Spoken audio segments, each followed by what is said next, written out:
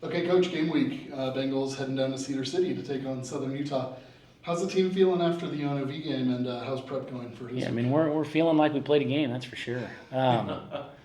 But I think it's been going good. I think this is a team that we kind of had definitely had our eyes on before because we thought this was going to be week one for a long time. So all the prep going back to spring and June is kind of focused on getting ready to play these guys, and they've really kind of been the standard at FCS football in the region for the last couple of years. I mean, if you look at them, winning 7 games last year and 6 years the year before, they've kind of outdueled a lot of teams in the area. So Coach Fitzgerald has done an unbelievable job there. They're a physical football team. It's a philosophy that you can tell that they live during the week in practice. It shows up on game day, and they created a lot of problems. We didn't do much on them offensively last year. After the first 2 drives, with the exception of a couple big Dason Brooks runs, but I think it'll be a great challenge. It's really exciting, and we know that this one's really important. The ultimate goal at this level, I think, is always trying to get a shot to go to the FCS playoffs. And if you want to go, you got to make sure you beat the FCS teams in your non-conference schedule, and that is going to be a tall task for us this week.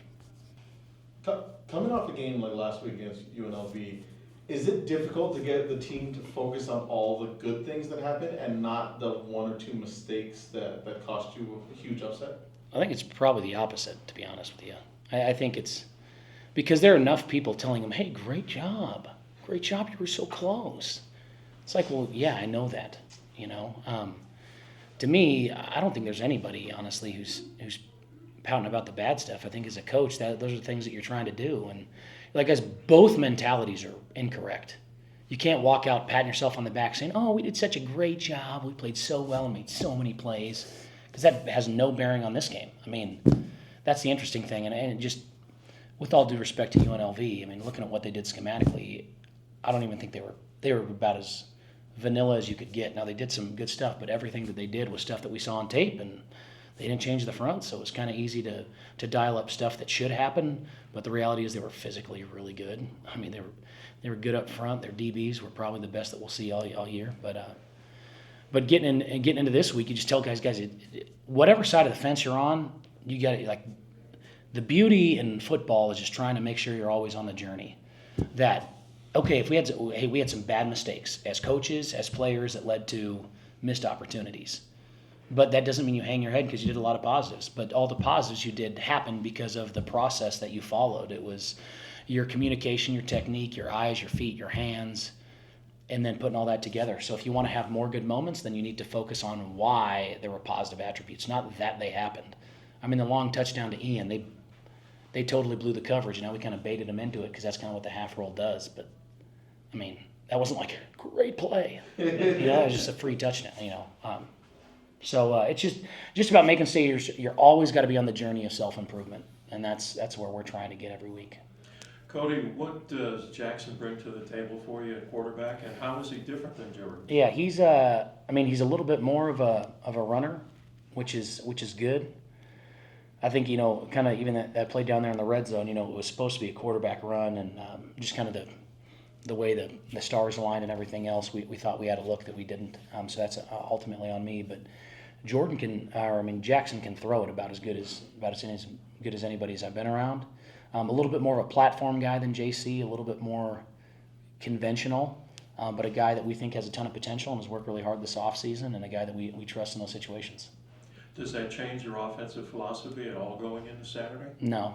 Some of the stuff that you do with JC where you roll out and just let him throw it 50 yards because he can, you're not going to do that stuff. But everything else that we're doing, we'll probably do a little bit. You try to do a little bit more in the quarterback run game, Mm-hmm. Cody, how does game week prep change now that you're facing an opponent that doesn't have the same intangibles that UNLV did? I think you're always, every Sunday, you're always looking at, well, what do they do well? And what do we have to be ready for? Like, how are they going to win the game? How are we going to lose the game? If we want to win the game, we need to do X. And that's going to come down to ID in fronts, ID in pressures, finding out how we can take care of the football, which we obviously have a lot of area for improvement. But I think the biggest thing is just you feel it when you're in a game week that now you have the physical fatigue and a little bit of the excitement shine of the start of season starts to wear off. And that's what I told the guys today is you got a lot of sore bodies on Wednesday, but hey, welcome to college football. And as I talk about the experience on our team and the new guys of trying to get them to understand part of the experience that is so valuable is guys having been in a season knowing that their body's going to feel like absolute dog doo-doo on Wednesday. And you got to trust that if I attack rehab and really own the medical part of it, it's you got to physically go and you don't feel good at the beginning of the week. And then you got to catch up and make sure you can get your body and mind caught up to speed. So on Saturday you're ready to run through a wall again, and then you start the whole process over again on Sunday. Cody, they say the biggest improvement, or at least coaches say the biggest improvement in a season comes from week 1 to week 2. What are you looking for on Saturday out of your team? Yeah, I mean, I think there's some things that pop up just in normal week 1 scenarios, whether it's substitutions on special teams. I think just from a communication standpoint, the comportment of getting on and off the field, the special team substitution, the communication between coaches, those are the things that you want to see improve, whether it's substitution groups, schematic adjustments that we're trying to make, just the communication and the operation are probably the most important. It's not necessarily like, oh, this guy's going to go make more plays in week 2. Mm-hmm. It's not that. It's just the operation of everything is going to be a little bit smoother, and we hope that carries over. Cody, we got to see Grant's defense for the first time on Saturday against the Rebels. Let's go. What stood out to you, positive out of that, and what obviously do you need the guys to work on? I think tackling is something that's going to show up all the time, especially when you're playing the back that UNLV had, that Thomas kid. I mean, Jet, the 70-yard run he had, we missed 4 tackles, and they weren't tackles where he broke ankles. He was kind of in a pile, and we knocked each other off. So of having guys learn that when you're in a pile, you can't throw shoulders. You got to grab on and take it down. But I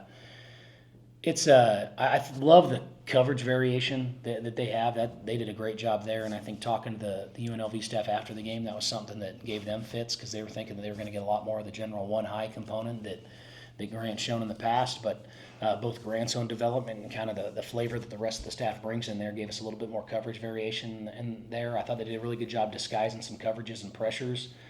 Obviously, their ability to move the line and short yardage run game, and UNLV's line is big and physical, but to run some games in short yardage that could give us some creases to create TFLs was awesome. You've got a 6:30 kickoff Saturday, Cody, which is unusual for ISU. Yeah. How does that change game day prep for you? If it does. Yeah, I mean, you got to change it just because I don't think it's good for anybody to lay in bed until 11 a.m. if we're going to go off our normal cadence of the afternoon kicks. So what we'll do is we'll get guys up at the same normal time. We'll just give them a little bit of nap time in the afternoon. And so even though you'll let them have a 2.5 hour break that they normally don't have, and you'll kind of encourage those guys to go back to their room, nap, take care. You might do a little bit of you might have an extra walkthrough or so, but you got to be careful of overdoing it. And I want the day to start the same way, just give them a little bit of time to relax in the afternoon, and we got to go out and be ready to play our best football in the afternoon. So about 4 hours before kickoff, everything should be normal. Go ahead, John. I was going to say, Cody, how important are these non-conference FCS opponent games? They're the most important games in your schedule, 100%. I think, obviously the Big Sky games are really important. The money games are fine, but you never know. I mean, I just said, we had no tape on UNLV. They kind of did what we thought they were going to do. They weren't taking us that seriously. They were just trying to get out of the game healthy. We had a couple guys who didn't play. They didn't have a couple guys who played. And then this is, going into it, you just know the Big Sky's so tough that you have to win games in the non-conference if you want to go to the playoffs. Nobody's going to be able to go to the playoffs unless you get a Division I win in the non-conference. So it's super important. And knowing that regionally this matters because the T-Birds have done such a good job in Utah and our proximity to Salt Lake City and the amount of kids we have on our team from Utah is really, really important. I have the utmost respect for those guys. I mean, we've taken this game about as seriously as the Super Bowl, so it'll be a fun challenge for us. Cody, what is it that Southern Utah does particularly well in your mind? Their physical outfit, man. I mean, they're more physical than UNLV was, and you're going to say, well, what is that? Well, they're not going to have a bunch of light personnel running zone. I mean, you're going to feel bodies coming. There are going to be a lot more collisions. They're going to have more tight ends in the game blocking down. You're going to see 1 tight end, 2 tight end, 3 tight ends. Their backs are physical dudes. I mean, Targy Lamson had such a good year last year, and I mean, I think until I show up there and he's not in uniform, I don't think I'm going to sleep very well. But they also got the Whistler kid who who's been there for a long time, has been a leader on their team, is a really physical back who does a good job. obviously Bronson Barron spent some time at Weber, but was an FBS guy, has a ton of talent, and I think he probably would have been their guy last year had he showed up a little bit earlier in the transfer portal, but that didn't work out. But they got a good quarterback and a really physical run game, and they got some wideouts that can run. And I think they're probably going to be somebody who's going to challenge us to make us go one-on-one on the outside. I mean, they're going to have a run game where if we don't go one-on-one on the outside, they're going to find ways to get hats on hats. And they're less of a zone team, more of a gap scheme team. They will run tight zone and split zone, but then they'll bluff the tight ends and get out, so it kind of becomes extended triple option. But the physicality of them, like on offense, defense, and special teams, I mean, it's apparent. I mean, they're going to play. Those dudes are coming downhill.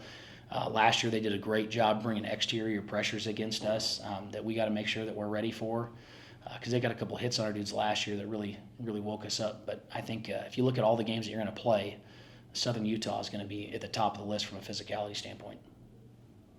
Playing the game outdoors for the first time in a while, actually. What challenges does Cedar City bring? You've played there before. Yeah, playing at Cedar City is unique. Obviously, the environment's going to be drastically different, and I think that's where I've talked to our guys about getting in the right headspace, because it's easy to run out of the tunnel and you have smoke and fire and you're in the Raiders Stadium and guys get excited. Well, you go to Cedar City and it's a nice stadium, but that one side has almost nothing on it. But guys, you're playing an equal caliber football team in a lesser environment, supposedly, but to me, the environment is not what happens outside the lines. It's what happens between the lines. And so for our guys, that's where they have to fight the urge to, come out with less juice, because if they do, they're going to get hit as hard or harder than we did last week consistently throughout the game. And, playing outside with the new turf outside, we were able to practice outside a lot this fall, so I don't think it's as big an adjustment as we would have last year. The turf out there had kind of aged a while, so we were inside most of last year. Just because we couldn't tackle outside on that turf out there, but now we can. So we were able to get more practices in, had a couple scrimmages out there. We were out there on Tuesday because of the rain and thunder. We were inside today, but which, again, I tell you, I've been inside since 6 a.m., so I can't tell you if it's raining or thundering outside. But we anticipated it based on Steve Jobs' invention. It's always a challenge playing outside. You're going to have to track the ball a little bit differently. I think our guys spend a lot of time throwing outside. That it's always a change, but it's something that you ideally can get over, in the first 45 minutes of your operation pregame and everything. Because our guys have played a lot of football outside growing up. They played a lot of football outside in the offseason. And it'll be a different environment, but one that we're blessed to play in and that we got to play well in if we want to have a shot to win. Okay, good. Thanks, Cody. Yeah, thank you.